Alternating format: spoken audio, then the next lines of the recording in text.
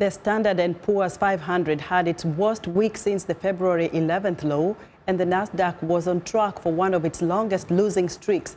Africa 54 business correspondent Jill Malandrino in New York is joined by Michael Driscoll of Adelphi University to discuss if the markets are exhausted. The S&P 500 is coming off its worst week since the February 11th low, and the Nasdaq's on track for its worst losing streak in 18 years. Michael, do you think the market's just exhausted at this point?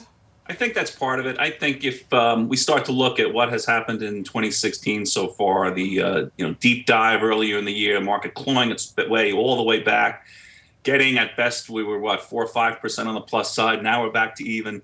I think with everything that investors have been faced with this year, there's a certain amount of exhaustion. We finally made our way into May. One of the hoariest of Wall Street cliches is about to start being bandied about everywhere. This idea of sell in May and go away. But those expressions have been around, for dozens of years for a reason. And I think that this could be one of those years. Coming into the election season, the conventions, there's going to be an awful lot of distractions out there for investors. And I think to worry about their portfolios or the possibility of a correction or an earnings decline, whatever it could be, could give investors some good reason to take a little cash out of the market and maybe try and sit out through the summer.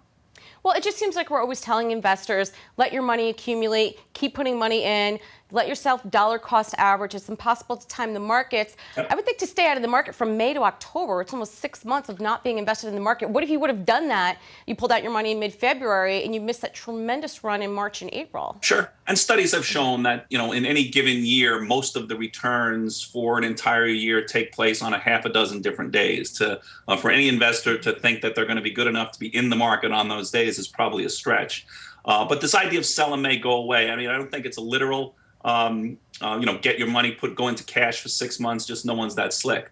What I think it's more is a mindset to try and not to get caught up in the everyday wiggle and jiggle of market, up 1%, down 2%, up 3%, it's that kind of volatility. If I had hair, I'd pull it out of my head.